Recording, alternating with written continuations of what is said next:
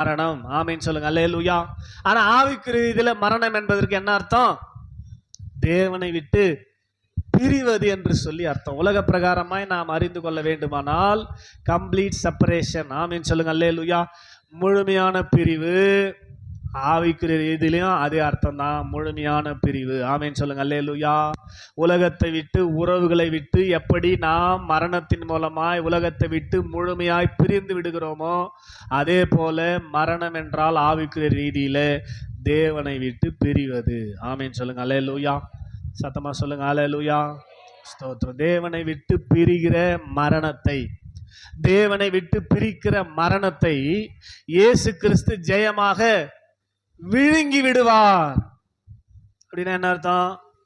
மரணமே இனி இருக்காது, மரணமே இனி நடக்காது. இயேசு உலகத்துல வந்து மரிச்ச பிற்பாடு கல்வாரி சிலுவையில அவர் அந்த சிலுவையின் பாடுகளை ஏற்றுக்கொண்டு மரணத்தை அவர் சந்தித்த பிற்பாடு மரணத்தை அவர் விழுங்கிடுவார். ஆமென்.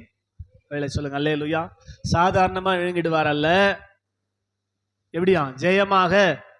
ஸ்தோத்திரம். ஆமென் சொல்லுங்க. அல்லேலூயா. ஜெயமாக விழுங்கி விடுவார். அப்படின்னா ஸ்தோத்திரம், விழுங்கிட்டா அது மறுபடியும் வெளியே வர முடியாது. ஸ்தோத்திரம். அப்படியானால் மரணம் என்பது இனி தொடராதபடிக்கு இயேசு கிறிஸ்துவினுடைய மரணம் இருந்தது.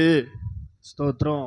மறுபடியும் சொல்றேன், ஏதேன் தோட்டத்துல ஸ்தோத்திரம் ஏற்பட்ட அந்த பிரிவு, அதுக்கு பேரு மரணம். இதை புசிக்கும் நாளில் நீ சாகவே சாவாய், மரணிப்பாய். மரணிப்பாய் என்றால் என்னை விட்டு பிரிந்து விடுவாய். இந்த பழத்தை புசித்தால் என்னோடு எப்போதும் இருப்பாய், எப்போதும் என்னாலும் என் நேரம் என்னோடு கூட இருக்க வேண்டுமானால் இந்த ஜீவ விருட்சத்தின் கனியை புசி. ஜீவன் என்பது உறவு. இந்த பழத்தை சாப்பிட்டால் என்னை விட்டு பிரிந்து விடுவாய், சாகவே சாவாய், மரணித்து விடுவாய் என்று சொன்ன வார்த்தை நமக்கு நன்றாய் தெரியும். ஆனா நம்ம எதை செய்யக்கூடாதுன்னு சொல்றோமோ அதை தான் செய்வோம். ஆமேன் சொல்லுங்க. அல்லேலூயா.